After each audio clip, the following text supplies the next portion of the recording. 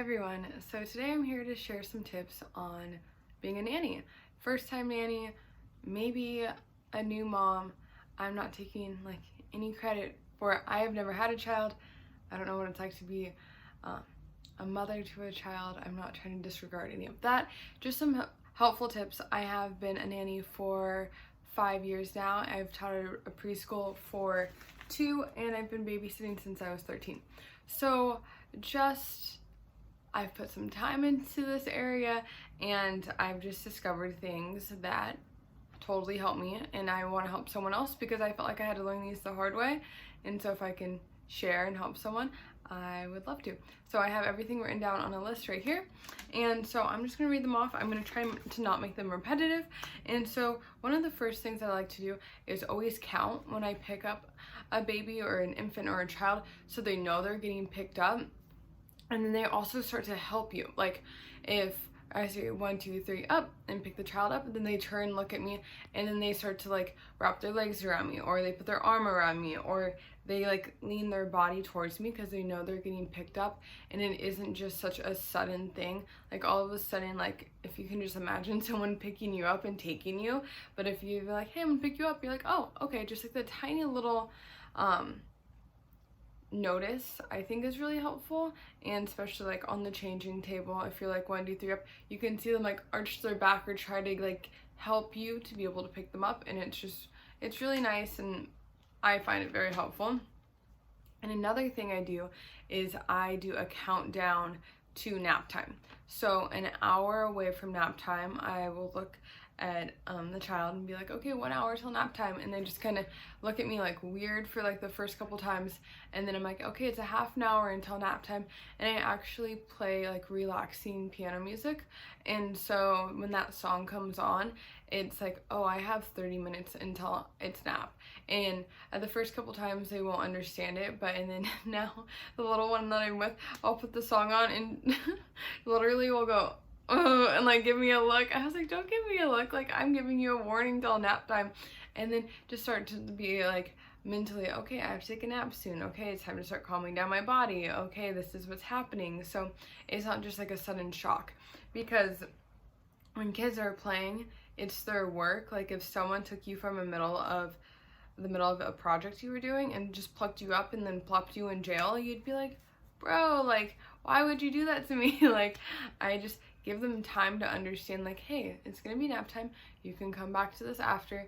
And then I feel like it helps the process a lot.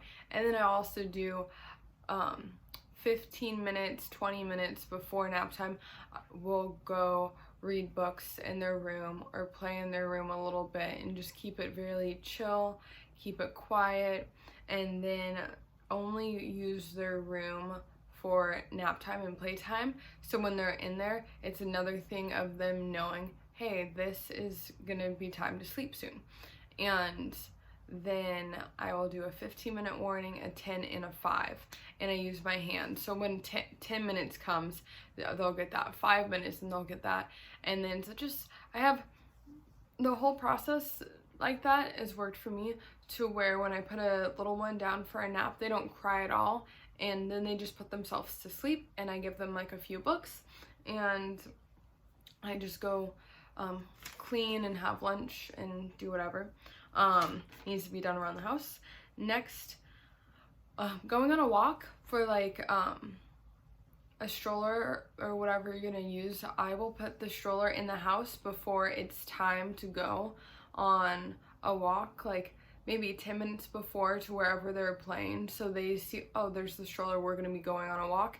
And also on walks, I never take the child out of the stroller if they want to walk, because that becomes a nightmare, because then they start crying because they want to walk, but then they get tired and then they don't want to go back in the stroller, and it's just a mess. And I've made that, I guess it's not a mistake, but I prefer for that not to happen, or to every time you go past a play structure, it's been COVID, so I haven't been able to actually play on them. So my little one's not used to oh, I get to go play. It's just oh, you just walk right past it, don't talk about it, it is what it is, and just keep that routine the same, and then they don't expect anything else.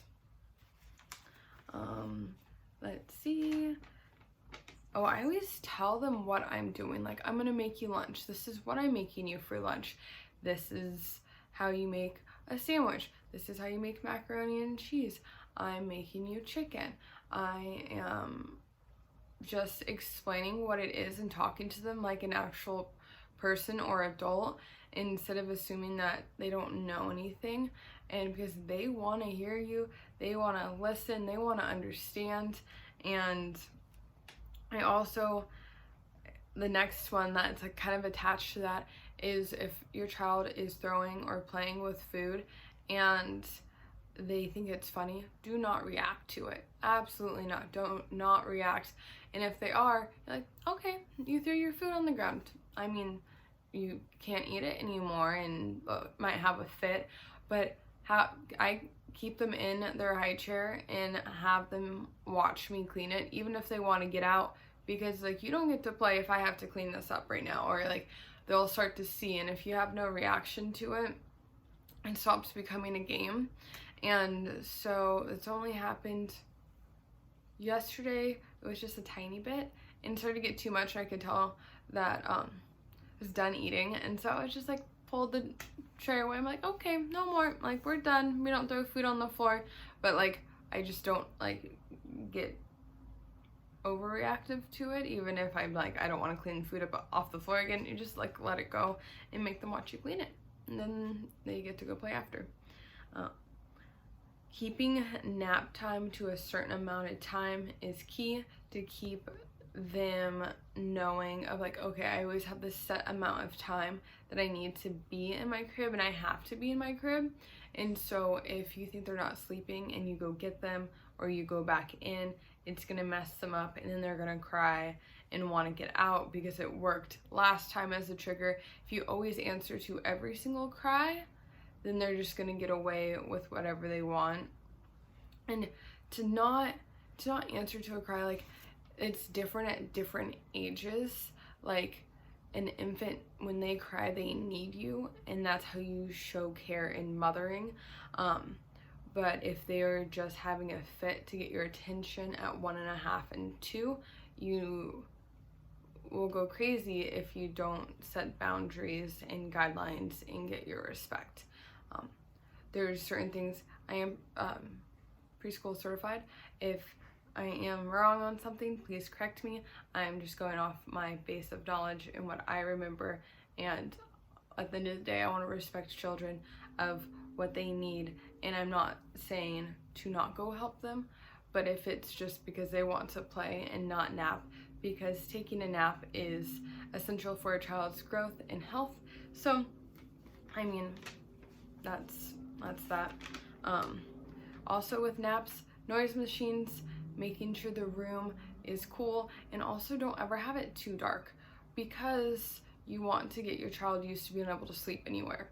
And if it's too dark and you are like maybe at your parents' house or something, or at a friend's house and it needs to be nap time and it's not as dark, they're gonna have a hard time falling asleep. And if there is talking and noise, having a noise machine will help them be able to fall asleep and be used to noise, so they won't get woken up by anything. And noise machines help a lot too, because they sound very similar to a vacuum, and if you are vacuuming during nap time, they usually don't even wake up, and it's really great.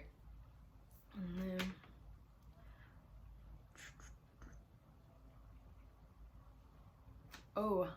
a fit. If they are screaming and crying because they want a certain toy, or they get upset over who knows what, by just giving it to them, not gonna work. And I just talked with a few other moms that just sit and wait through the fit of like not giving in. And even if it's like 30 minutes straight of them just like going at it, having a tantrum, and just like sitting there and be like, okay, we'll wait till you're ready to talk. And then that's how they know who runs the show, instead of your kids running your life. And to have respect for you. Your kids even if it's like a nanny job, they need to respect you. Otherwise, it's not going to be a healthy relationship, and you're going to be miserable at your job. A themed day. Every day I like to have a different theme, and sometimes they're big, sometimes they're small. Like right now with my little one, I'm going through colors, and so I'll put some pictures up of what I'm doing. Has a book, and then I get all the toys of that color, talk about that color, like sippy cups that color. We'll put the baby in that color of clothes, everything of that color, make it like so they just see all of it, understand it, talk about that color, spell the color out, use the sounds, everything you can imagine, eat that color food. Like it's kind of, I think it's fun to collect everything, to teach a child one color or a themed day, and to just make it different, have them see it. I think it can be fun too if you bring that over into the kitchen to change up your day a little bit, to change up their day a little bit, and just like really enjoy that. And then also don't do everything for them. Like let them, I guess struggle is maybe not the right word, but if they're frustrated trying to get off their shoes and they start to have a fit about it, and be like, oh, do you need help? Like ask for help. And then grab their hand and show them how to unbuckle their shoe.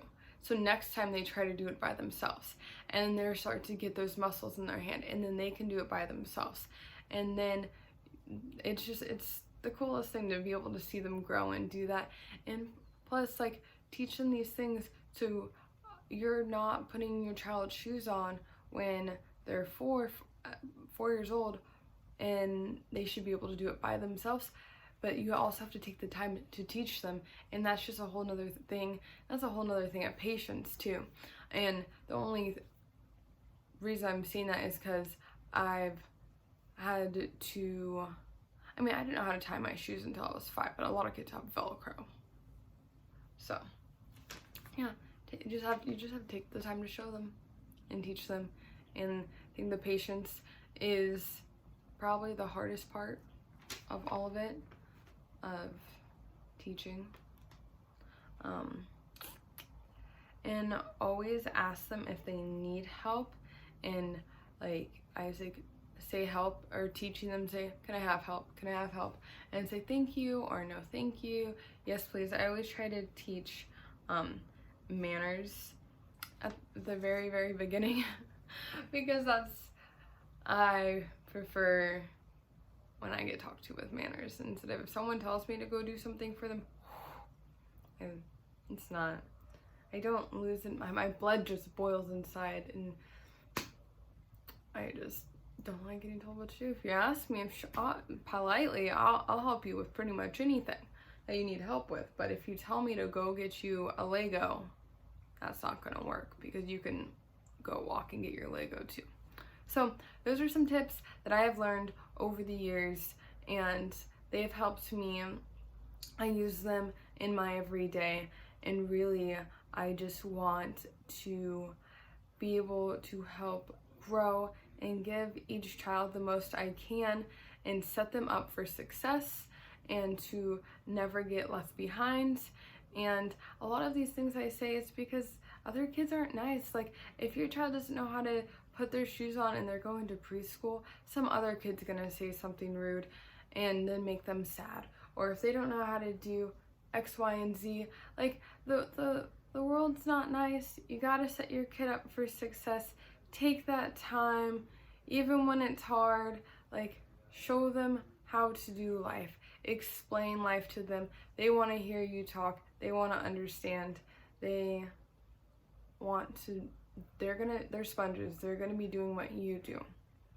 So that's also another thing. You have to lead a good example, which you just have to watch your actions.